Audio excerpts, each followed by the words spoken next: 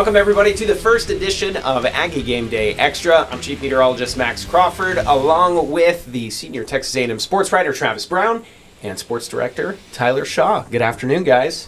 What's going on, Max? Oh, it's game going, week. man. It's a little wet out there. I will say that, and it's probably going to be a little wet on Saturday too. It's a little rumbly in here right now, too. It is. It's been a rumbly past couple afternoons, and right now there's no indication that will be any different on Saturday. But game time, I'm hoping that we won't have to worry about that. We'll see how well this ages. You bring up a good point, because we might talk a little weather forecast here. Let's talk about why we're here first off. Yeah. This is the Aggie Gameday Extra podcast. It's going to be a little collaboration here at KBTX to talk about Aggie sports, and I thought I'd bring along a couple of my favorite people around here to talk. All of the experts on Aggie all the sports. People who give me a lot of grief in the newsroom. Mostly there you go. This guy. That's the thing. I'm the expert. There you go. So, we have Chief Meteorologist Max Crawford, Sports Director Tyler Shaw, and just little old me who knows a little bit about sports. Max, you're going to kind of represent the fan side of this a little bit more. You went to Texas A&M. Let's give a brief synopsis of your background, why you're a Chief Meteorologist, and why you're an A&M fan. Yeah, I'm glad that you did, give that stipulation that I'm the fan voice here. I'm not the expert. I'm not the one who comes in with all the this is going to happen, this is going to happen. I think from the heart, which is my downfall very often when it comes to Aggie sports, and I get that from my older brother, who is essentially the person who convinced me to go to A&M. I have a little bit of family history at Texas A&M, and I grew up in DFW just like us three, and grew up with the fear of thunderstorms that I kind of channeled into a passion. And I was lucky enough to get into A&M, study meteorology there, and went out to Midland, Odessa for a little bit, did some work there, and jumped the first chance I could to get back here. And I've been here almost 10 years, and I've gone to pretty much every home game over the course of that time frame. So I've seen a lot of wins. I've seen some losses as well. What's your favorite Aggie memory? Ooh, honestly, right at the top of my head, I think 74-72, 7 overtime is what went right up there.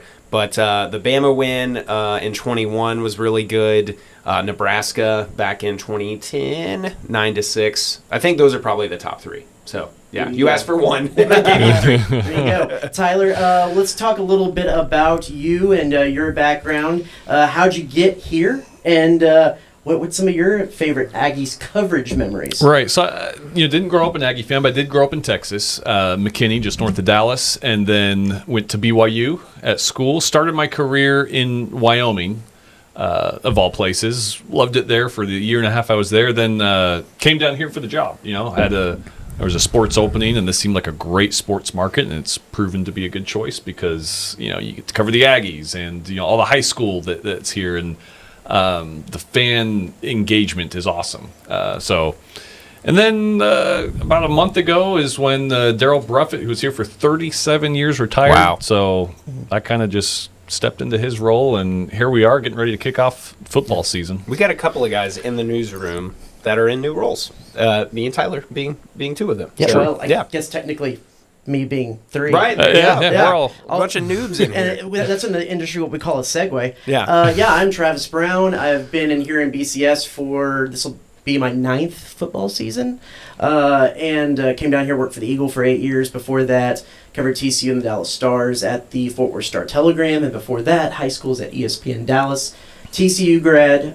We'll be interested to see how that new wacky wild Big 12 is, but that's going to be the fun league. It's a very fun conference. We'll have a little rivalry matchups BYU, coming TCU here. back. But we'll see how that goes. In A&M football, the 7 overtime LSU Texas A&M game probably ranks up there pretty high. Getting to cover the Super Bowl, covered Jake Matthews and Martellus Bennett down there in Houston. It's not really A&M, but it's A&M adjacent. Sure. There you go. Those are some key factors. So we know a little bit about A&M football. Tyler and me might present a little bit more of the head aspect of it. You might present a little bit more of the heart aspect of it, but I think that's what makes this good. And then we'll rotate out and bring in Nicole Griffith and Morgan Weaver, also some of our sports team in here to break some stuff down. So let's get to the actual football. And the depth chart was released. It's the first time since 2012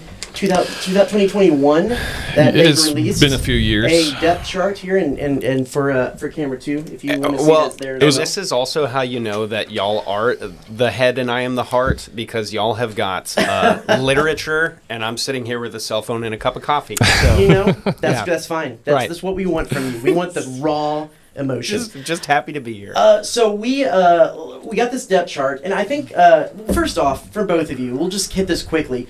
Some points, some initial points that you saw that stand out to you about this depth chart. Anything that surprised you, that justified a belief you had. What stands out to you about this A&M depth chart? I want to know, do I read too much into it by what order the names are in on all the oars listed? Because yes, there is a depth chart. They're listed alphabetically. No. Don't worry about that. I want, because there are a lot of oars on this depth chart. That's the first thing that jumped out to me. It's sure we have a depth chart. I feel like all of these names that are starters we kind of already knew. Like at right tackle, they still have Demetrius Crownover or Ruben Fothery. Yeah. Which one's actually starting there? I don't know if I'm surprised, but tight end, they are for sure going Trey Watson.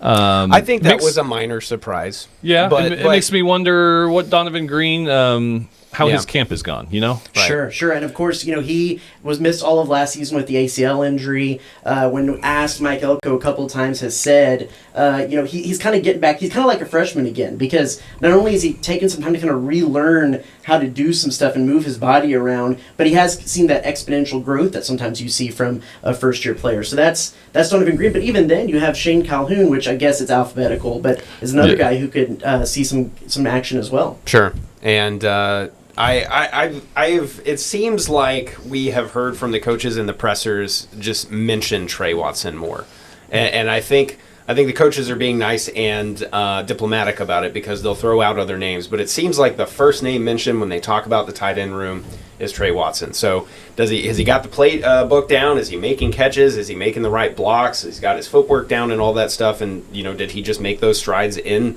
fall camp? And maybe somebody will start getting some more reps as the season goes on. I don't know, but it's still encouraging that it seems like, anyway, there's a lot of talent and there's a lot of size in the tight end room. Well, that's being said too, we need to know how much Mike Elko is going to use a tight end, because Jimbo Fisher, that was such a key staple of the whole offense. They have so many tight ends, it would be silly not to use them, but and really not Mike Elko, but Colin Klein. Yeah. And tight ends were a big part of that Kansas State. I mean, when you think, especially in the red zone, fullbacks and tight ends, just when you think Kansas State, like that's just that kind of Nebraska Midwestern kind of football.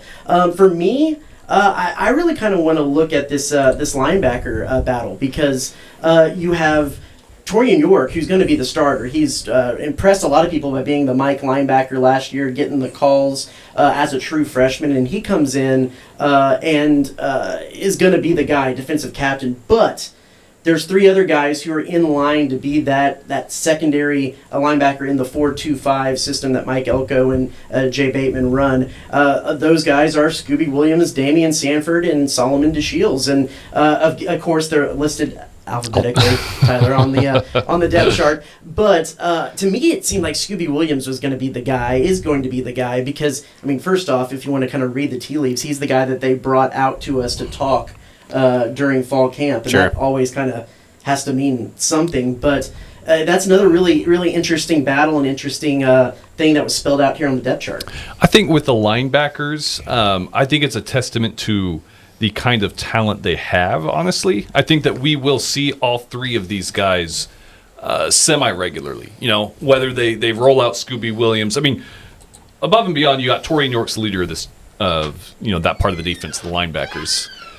Scooby Williams, Solomon DeShields, I think will get enough reps, or Damian Sanford, will get enough reps that we will see them out there. I think it'll be kind of more of a rotation almost. Sure. So let's get into something that Mike Elko said at the very end of the press conference that we had the other day, and that is that he sees that it's better for an offense, for the most part, to have a number one wide receiver. That one guy who's going to go out, He's going to cause problems. They're going to have to double team. They're going to cause a lot of issues. And he said that they have that guy. He believes they have that guy, but he didn't mention who it is. Yeah. Because why do you need to? Well, I mean, at true. this point, right? True. I don't know. Time will tell. Right. But that's not. We're playing podcast here, Right, guys. sure. Right. So for the fact of playing podcast, who is going to be that number one guy from the wide receivers? I miss Anais Smith. I think I know who. Yeah, I think I know where you're going, but I want to know Max's take. Yeah. So I mean, there's obviously some experience here. You see the stats from a lot of these guys, and you've got the obvious transfer there at Cyrus Allen. But I've heard that name thrown around a lot. I think perfect world, you want it to be Moose, but you've got size and length in Noah Thomas and Jahdae Walker. I just have a gut feeling it's going to end up being Cyrus Allen. He was kind of a do-it-all receiver when he was at, I believe, Louisiana Tech. And you see, just looking at their stats, he has got more yards, more receptions, things like that. So I guess the short answer is I don't know, but there's a Cyrus Allen like spider sense tingling within me. You did text me that the other day. Yeah, I said I've only seen him go against Bear. And then, Right. then there's and it's one video, and I'm looking way too much into it, but it's video that Tyler shot of a guy who's not on this graphic, and it's Jacob Bostic. That was a pretty great grab. I don't know. I don't know. It's nice that there's talent, but I will say, really, honestly, since Christian Kirk has been gone, I think if you're looking at the wide receivers that A&M has had since then, it's Anais Smith, and then it's everybody else. Yeah, and I don't know if this is the year that we're going to have that Christian Kirk again. No. But Noah Thomas, to me, I think, will be the premier receiver. I think he's got the build for it. He's got the speed. He's got the skill set for it. Now, you talk about Moose Muhammad. I mean, his ability is undeniable. What I find interesting is he is listed too on the depth chart here. Moose at that Z wide receiver position behind Jahdae Walker, which I don't know if it was a surprise, but it just seems interesting that you've got him coming in at number 2 behind Jahdae. I do think though Noah Thomas, they're going to try and feed him early and often and get him be the. I just think especially him and Connor Wigman's chemistry right, too. Yeah, absolutely. There's definitely some chemistry there, but I mean, if you're talking about a Colin Klein offense that has had such like great red zone scoring, and you have got Noah Thomas, you've got lengthy Jahdae Walker, and you've got all those tight ends. You got to get the ball to somebody, and I think Connor Wigman's a guy who can do that. That part, at the very least, makes me feel good. Like, are we going to be able to get chunk plays and actually get into the red zone? I hope so. But I feel pretty good about the length of the receivers and the tight ends once we get to, those 5 to 10 yard passes. I really like that this is our first podcast. You're already kind of getting into that tinfoil hat. I saw the one video. Of I know. I love that. Hey, shout out to our KBTX cameras that are out there sweating, and that's what we do it for, to get people like Max excited about the season. At fall camp. Okay, so let's do a little quiz here. We're still talking wide receivers. We're gonna have Pro Football Focus pulled up here on the old tablet. Which A&M wide receiver, returning A&M wide receiver, was targeted the most last year?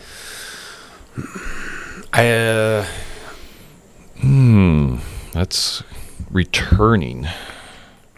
Was it? Do I need was to targeted the most? Pull up? Okay, so it's on this. It's on this. It's on this graphic. Was it Jahdae? It was Jahdae. Okay, all right. So now let's go over to let's see, what was it? Yards after contact. Who on A&M's roster had the most yards after contact this past year? That is returning. Is this among the receivers or running backs among included the here? Receivers. Okay, got it.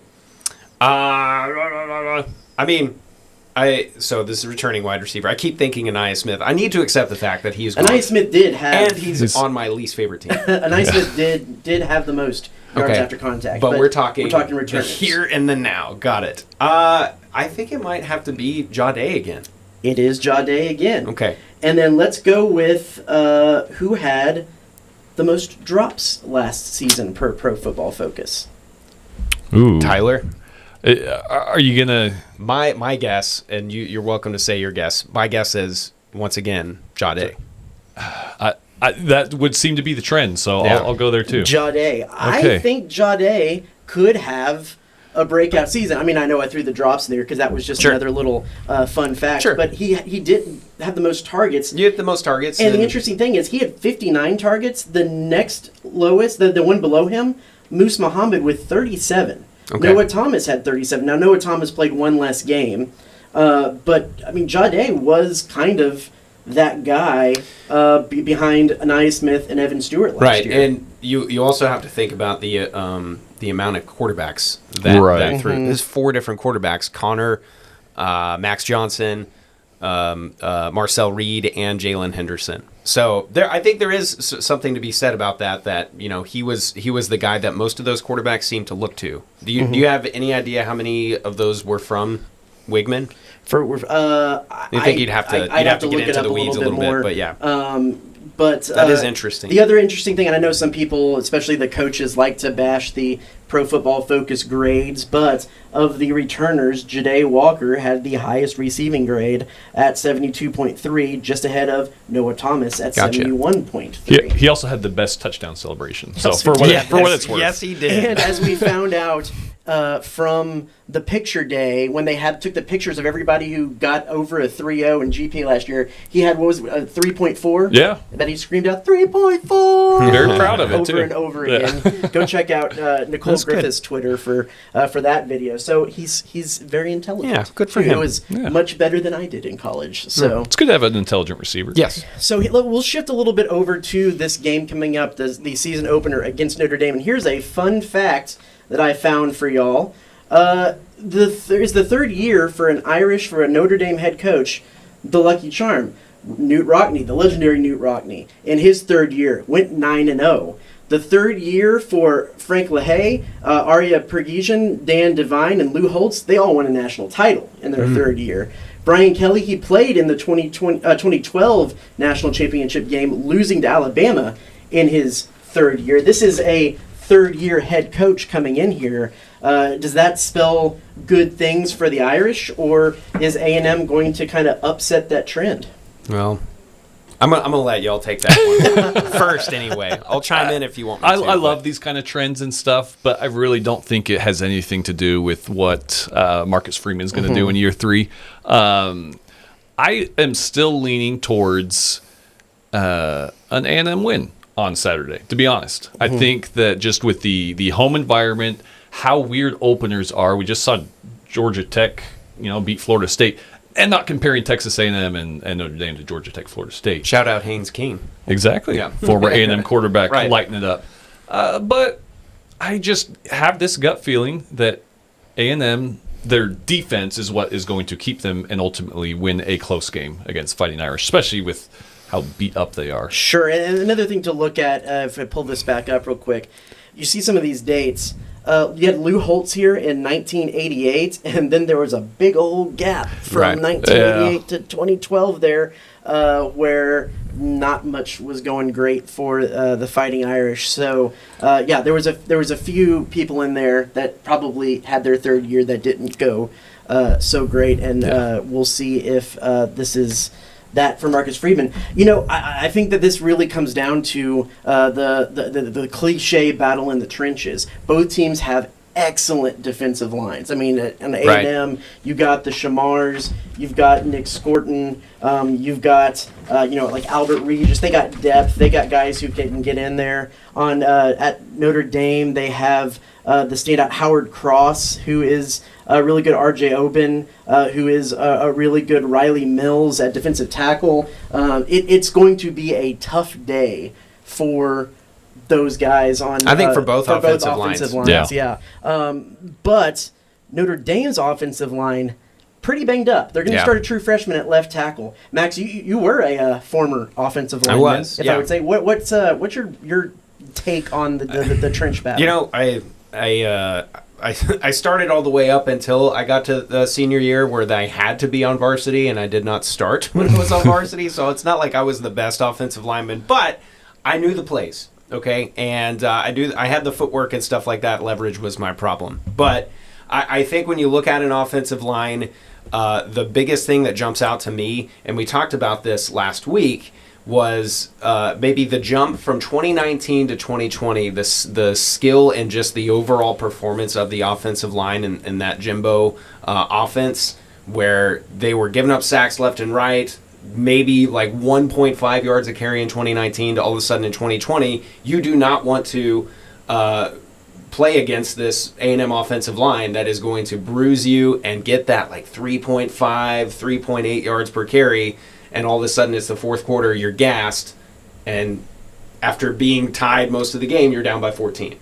I don't know that it's going to be exactly like that because Colin Klein's offense and Jimbo's offense obviously different, but I would love to see an improvement like what we saw from last year out of our offensive line to this year. There's more size, there's more experience, obviously. There's more health. We're talking about Trey Zune, hopefully Chase Basantis, and just a couple of guys who showed a lot of promise and were kind of playing a little bit injured.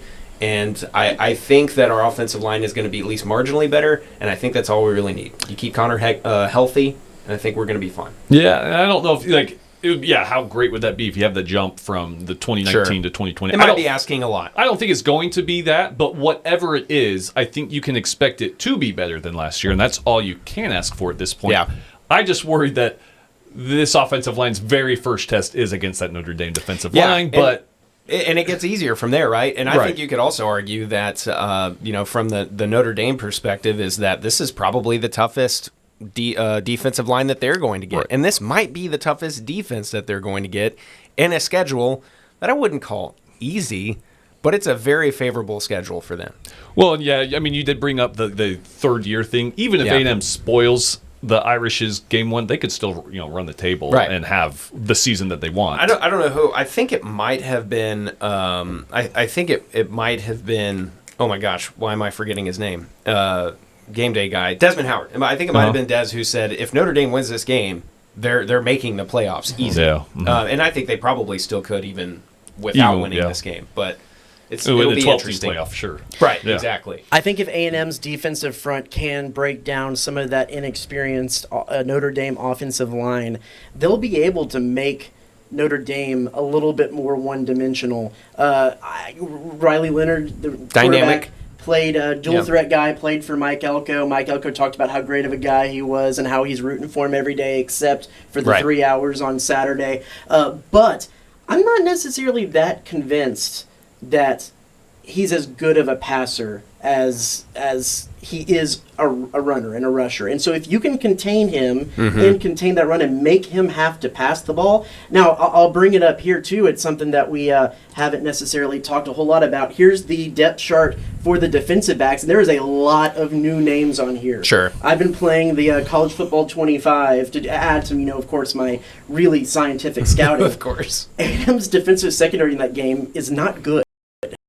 Okay. At least when I've been playing. Sure. So, there's not a whole lot here that we can necessarily judge or say so far until we've seen them. But do you think if they can make Notre Dame one-dimensional, make them have to pass the ball, do they have the defensive secondary to stop that? I think so. I'm not particularly worried about secondary. I think you got Bryce Anderson playing in his natural position. You've got a lot of experience with Tyreek Chappelle. Will Lee calls himself the blanket, so I'm going to call him that too.